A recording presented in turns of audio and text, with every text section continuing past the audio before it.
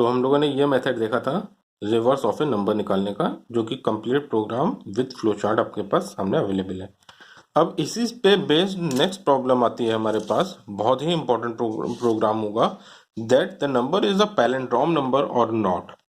Palindrome number कौन से होते हैं कि अगर कोई नंबर है 121 तो उसका रिवर्स निकालेंगे, रिवर्स आएगा इसका 521, और अगर नंबर और उसका रिवर्स दोनों सेम होंगे तो ही वो नंबर पैलिंड्रोम नंबर होगा। जैसे अगर आप 121 का रिवर्स निकालेंगे तो रिवर्स आएगा 521, दोनों नंबर सेम नहीं आ रहे, इसका मतलब है ये पैलिंड्रोम नंबर नहीं है। अगर आप देखेंगे 525, इसका रिवर्स निकालेंगे तो 525 आएगा, number and its reverse are same, so the number is a palindrome number. इसका मतलब हो गया कि पैलिंड्रोम नंबर को चेक करने के लिए सबसे पहले हमें पैलिंड्रोम नंबर को निकालने के लिए रिवर्स निकालना कंपलसरी होता है हमारे लिए। तो रिवर्स निकालने का फॉर्मूला आपने अभी पढ़ा है, वही हम लोग देखते हैं। while n not equals to 0, a equals to n modulus 10, s equals to s into 10 plus a, ये फॉर्मूला होता है रिवर्स निकालने का। और उसके बाद नंबर में डिक्रीमेंट करने के लिए हम क्या करते हैं, इसको डिवाइड कर देते हैं। अब आपको क्या कह रहा है, अगर आप देखिए, अब यहाँ पे एक छोटा सा लॉजिक और डेवलप करना पड़ेगा कि जैसे ये प्रोसेसिंग हो रही थी उस समय n की सबसे लास्ट वैल्यू कितनी हो चुकी थी, 0, तभी तो हमारे पास ये कंडीशन फॉल्स हुई थी और हम ने ये इस टास्क को करना, परफॉर्म करना बंद कर दिया था। तो यानी n की वैल्यू तो 0 हो चुकी है, लेकिन अब क्वेश्चन क्या कह रहा है कि नंबर का ही कंपैरिजन आपको रिवर्स के साथ कराना है। तो यानी कि s तो मिल गया, रिवर्स तो मिल गया, लेकिन अगर हम यहाँ पे n लिखते हैं तो n की वैल्यू तो 0 हो गई। तो यानी कि यहाँ पर क्या करेगा वो, हमेशा इसका कंपैरिजन 0 के साथ हो जाएगा, जो कि ये पॉसिबल नहीं है। तो इस केस में हमें क्या करना पड़ेगा कि हमें जो नंबर मिला यहाँ पे, उसी नंबर को हम एक और वेरिएबल लेते हैं t नाम का, जिसके अंदर इसको स्टोर करा देते हैं। इसीलिए मैंने यहाँ पे ऊपर टी भी लिखा हुआ है, ताकि n की वैल्यू नंबर इस प्रोसेस में अगर 0 हो भी जा रहा है तो कोई प्रॉब्लम नहीं है, आपको यही नंबर वहां वापस कहां से मिल सकता है, t के पास से वापस मिल जाएगा। यानी कि अब हमने क्या किया, रिवर्स निकालने के बाद कंपैरिजन कराया कि क्या s इक्वल्स टू टी। अब यहाँ पे s क्या रिप्रेजेंट कर रहा है, रिवर्स वैल्यू, और t क्या रिप्रेजेंट कर रहा है, आपके ओरिजिनल नंबर की वैल्यू को रिप्रेजेंट कर रहा है। अगर ये कंडीशन सेटिस्फाई हो रही है तो इसका मतलब है कि नंबर आपका पैलिंड्रोम है, yes the number is palindrome. और अगर ये कंडीशन आपकी सेटिस्फाई नहीं हो रही है तो इसका मतलब है कि ये नंबर पैलिंड्रोम नंबर नहीं है। तो ये प्रोग्राम आपके पास पूरा बनके तैयार हो गया। तो इस नंबर को आप चेक कर सकते हैं प्रोग्राम को रन करा के। अब इसका फ्लो चार्ट देखते हैं। तो सबसे पहला स्टेप वहाँ पे स्टार्ट हो गया, s की वैल्यू 0 हो गई, enter the value of n हो गया। अब आप देखिए यहाँ पे एंटर द वैल्यू के नीचे t इक्वल्स टू n लिखा हुआ है, तो हमने भी यहाँ पे t इक्वल्स टू n को रिप्रेजेंट किया हुआ है।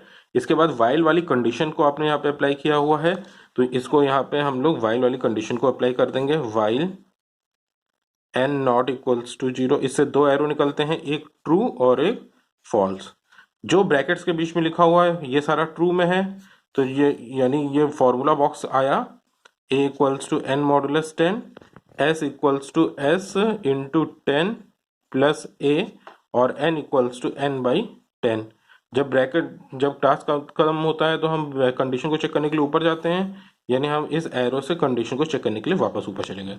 अब जब ये कंडीशन हमारी फॉल्स हो जाती है तो हम क्या करते हैं, ब्रैकेट के बाहर आते हैं। ब्रैकेट के बाहर यहाँ पे क्या लिखा हुआ है, इफ, यानी कि फॉल्स की डायरेक्शन में, कंडीशन के फॉल्स होने पे इफ लगा हुआ है, इस वजह से यहाँ पे फिर से क्या बनाना होगा, डिसीजन बॉक्स आपको अप्लाई करना होगा। यहाँ पे क्या लिखेंगे, if s equals to T. अब इससे भी दो एरो, एक ट्रू और एक फॉल्स। अगर ये रिवर्स और नंबर की वैल्यू सेम आएगी तो नंबर कैसा होगा, पैलिंड्रोम होगा। तो इधर यहाँ पे प्रिंट करा देंगे print F number is palindrome. और अगर ये कंडीशन फॉल्स हो जाती है तो हम क्या करेंगे, एल्स में की कंडीशन को फॉल्स में यहाँ पे प्रिंट करा देंगे, नंबर इज नॉट पैलिंड्रोम। और सबसे आखिरी स्टेप आपको पता है हमेशा क्या होता है, स्टॉप होता है। तो चलिए अब हम लोग ये वाला देखते हैं, number is a arm strong number और नॉट। तो आर्म स्ट्रॉन्ग नंबर कौन से होते हैं, आर्म स्ट्रॉन्ग नंबर को निकालने के लिए सबसे पहले आपको नंबर ऑफ डिजिट्स कितनी है नंबर में ये पता होना चाहिए, जो कि हम लोगों ने इससे पहले वाले वीडियो में इसका प्रोग्राम पढ़ा है। जैसे 153, तो 153 टोटल 3 डिजिट्स का नंबर है, तो इसमें टोटल 3 डिजिट हैं, इस वजह से जितने भी डिजिट हैं इसकी 1, 5 और 3, इनकी सबकी पावर 3 निकाली जाएगी और सबको ऐड कर देंगे। अगर वापस वही क्वेश्चन वाला नंबर ही मिल जाएगा तो इसका मतलब है कि ये नंबर एक आर्मस्ट्रांग नंबर होगा। अगर आपके पास नंबर की वैल्यू मान लीजिए 1294 है, तो ये 4 डिजिट का नंबर है, तो इसमें क्या करेंगे कि सारी डिजिट्स को अलग करने के बाद सबकी पावर कितनी निकालेंगे, यहाँ पे 4 निकालेंगे, ऐड करेंगे, यहाँ पे आंसर ये आएगा। अब आप देखिए कि क्वेश्चन में तो नंबर आपने दिया था 1294, रिजल्ट कितना आ रहा है 6834, जो कि इक्वल नहीं है, इस वजह से ये एक आर्मस्ट्रांग नंबर भी नहीं होगा।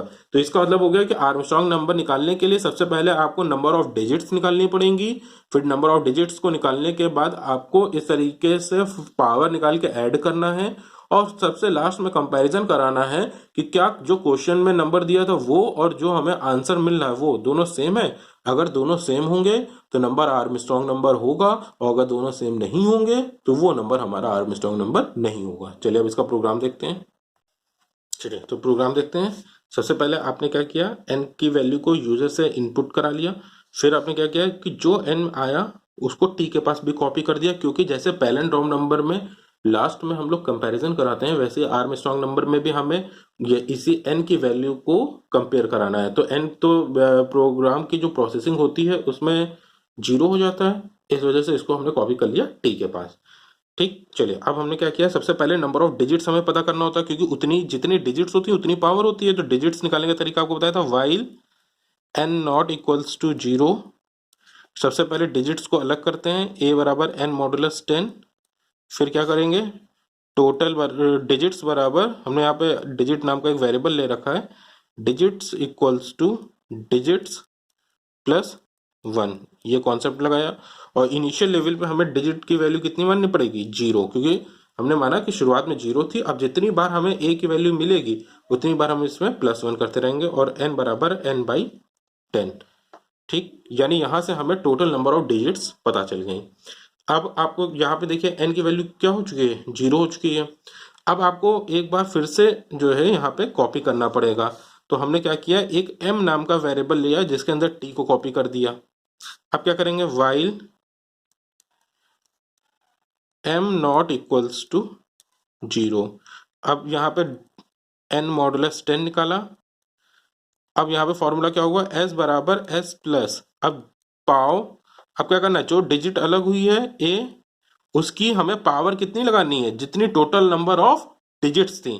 तो डिजिट्स कितनी थी वो उसको लिए डिजिट्स ही हमने माना हुआ है, तो पावर लगा के डिजिट्स का यूज कर लिया हमने। और क्योंकि पाव फंक्शन लगा है इस वजह से आप देखिए ऊपर हमने यहाँ पे math.h नाम की हेडर फाइल को भी इंक्लूड कराया हुआ है। अब आप क्या करेंगे, फिर से m बराबर m/10। यहाँ पे आप देखिए कि आपको ओरिजिनल नंबर जो n था उसको आपको 2 जगह कॉपी करना पड़ गया। एक, इस प्रोसेस में तो n 0 हो रहा था, इसलिए के बाद हमने क्या किया, इस प्रोसेस के लिए m नाम से यूज कर लिया। और अब हमें कंपैरिजन कराना है, तो कंपैरिजन कराने के लिए हम क्या करेंगे, इफ अगर आंसर आया s के पास, s इक्वल है किसके, t के, अगर ये कंडीशन सही है तो हम प्रिंट करा देंगे, print F number is Armstrong number, else number is not Armstrong. चलिए स्टूडेंट, अब हम इसको रन करा के देखते हैं। सपोज करिए n की वैल्यू हमें मिल गई 153, हमने दे दी, तो n जो था वही हमने t के पास दे दिया, यानी t की वैल्यू भी कितनी हो गई हमारे पास, 153। अब आपने चेक किया 153 नॉट इक्वल्स टू 0, तो इस ये तरीके से आपने क्या करेंगे, डिजिट्स निकालेंगे। तो इसमें टोटल नंबर ऑफ डिजिट्स कैसे निकल के आएंगी, कितनी आएंगी, 3 आएंगी। अब आपने क्या किया, जो टी के पास है उसी को एम के पास भी कर दिया, क्योंकि इस प्रोसेस के बाद भी जो नंबर अगर हम मानते हैं उसकी वैल्यू क्या हो जाएगी, 0 हो जाएगी, इसलिए हमने टी को ही एम के पास भी कॉपी कर दिया। यानी टी पहले भी 153 था, अब भी 153 है, और एम भी कितना हो गया, 153। अब आप देखिए 153 नॉट इक्वल्स टू 0, कंडीशन सही है। आप आए ए को अलग किया तो ए कितना आएगा, 3 आएगा सबसे पहले, क्योंकि सबसे आखिर में 3 था तो 3 ही अलग होगा।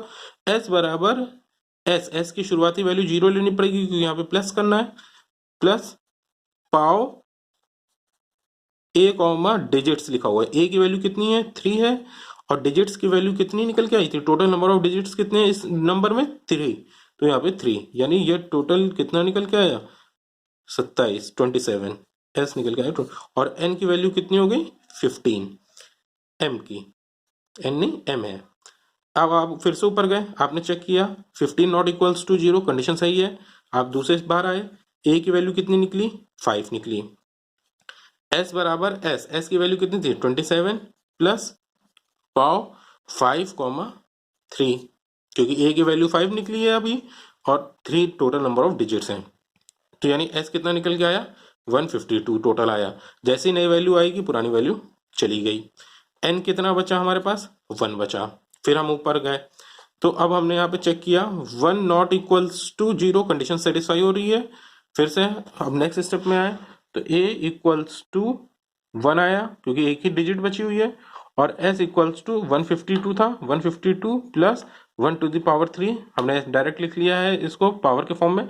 आप लेकिन पावर के वजह से यहाँ पे सॉल्व करेंगे इसमें, तो s कितना निकल के आया, 153, पुरानी वैल्यू डिलीट, और सारी डिजिट्स यूज हो चुकी हैं इसलिए m कितना निकल के आएगा, 0। फिर हम ऊपर गए, 0 नॉट इक्वल्स टू 0, कंडीशन कैसी, फॉल्स हो गई है अब हमारी ये कंडीशन, इसलिए अब हम ब्रैकेट के अंदर जाना बंद कर देंगे।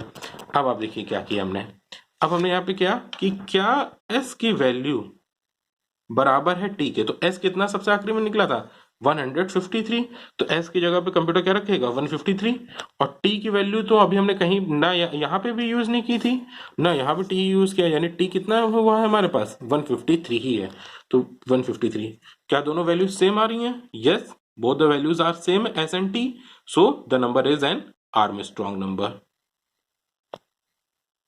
चलिए अब इसका फ्लो चार्ट ड्रॉ करते हैं। तो सबसे पहला स्टेप इसमें स्टार्ट आया, फिर s बराबर 0 था, तो s बराबर 0, enter the value of n, t equals to n। अब इसके बाद आपने देखिए क्या यूज किया था यहाँ पे, t इक्वल्स टू n के बाद वाइल लगाया हुआ है, तो वाइल के लिए आपको पता है डिसीजन बॉक्स यूज करना पड़ता है, तो while n not equals to 0, इससे दो एरो निकलेंगे, एक ट्रू एक फॉल्स। जो ब्रैकेट्स के बीच में होता है वो सारा ट्रू होता है, यानी इसके ट्रू में आया a equals to n modulus 10, digits equals to digits plus 1 and n equals to n by 10। जब कंडीशन फॉल्स होती है तो हम ब्रैकेट्स के बाहर आते हैं, यहाँ पे ब्रैकेट के बाहर क्या लिखा हुआ है, m इक्वल्स टू t, यानी कि कंडीशन के फॉल्स होने पे हम भी चले गए m इक्वल्स टू t के पास। ये देखिए यहाँ पे हम गए, हमने यहाँ पे लिखा m इक्वल्स टू t, इसके नीचे क्या लिखा हुआ है, इसके नीचे फिर से वाइल का यूज किया गया है, यानी इसके बाद फिर से हमने वाइल के लिए कंडीशन डिसीजन बॉक्स बनाया, while m not equals to 0। अब इससे भी दो एरो, एक ट्रू एक फॉल्स, ट्रू वाला सारा काम यहाँ पे लिखा, a equals to n modulus 10, फिर s वाला आपने फॉर्मूला लगाया, s बराबर s plus pav a comma digits, फिर उसके बाद नंबर को शॉर्ट करने के लिए आपने लगाया n बराबर n बाई 10, फिर आप ऊपर चले गए। जब ये कंडीशन भी फॉल्स हो गई तो इसका मतलब है कि अब हमें इस ब्रैकेट में भी नहीं जाना है, अब आप कहाँ जाएंगे, इफ के पास जाएंगे, ठीक। तो यहाँ पे देखिए कंडीशन फॉल्स हो गई, तो इफ को दिखाना है, तो इफ को दिखाने के लिए फिर से आप क्या बनाएंगे, decision box, if s equals to t, इससे भी double arrow, one for true and the other for false. अगर ये कंडीशन ट्रू होती है तो इफ के ब्रैकेट में आपने क्या प्रिंट कराया, नंबर इज आर्मस्ट्रॉन्ग नंबर, हम यहाँ पे लिख देंगे नंबर इज आर्मस्ट्रॉन्ग नंबर। अगर कंडीशन फॉल्स होती है तो हमने यहाँ पे क्या लिखा हुआ है, number is not Armstrong number, तो ये कंडीशन फॉल्स होने पे हम यहाँ पे क्या दिखा देंगे, यहाँ पे प्रिंट कर देंगे, print number is not Armstrong. और सबसे आखिरी स्टेप आपको पता है हमेशा होता है हमारे पास स्टॉप, तो नंबर आर्मस्ट्रॉन्ग होगा तब भी हम स्टॉप पे आएंगे, नंबर आर्मस्ट्रॉन्ग नंबर नहीं होगा तब भी हमें लास्ट में स्टॉप पे आना ही पड़ेगा, ठीक है। चलिए, थैंक यू।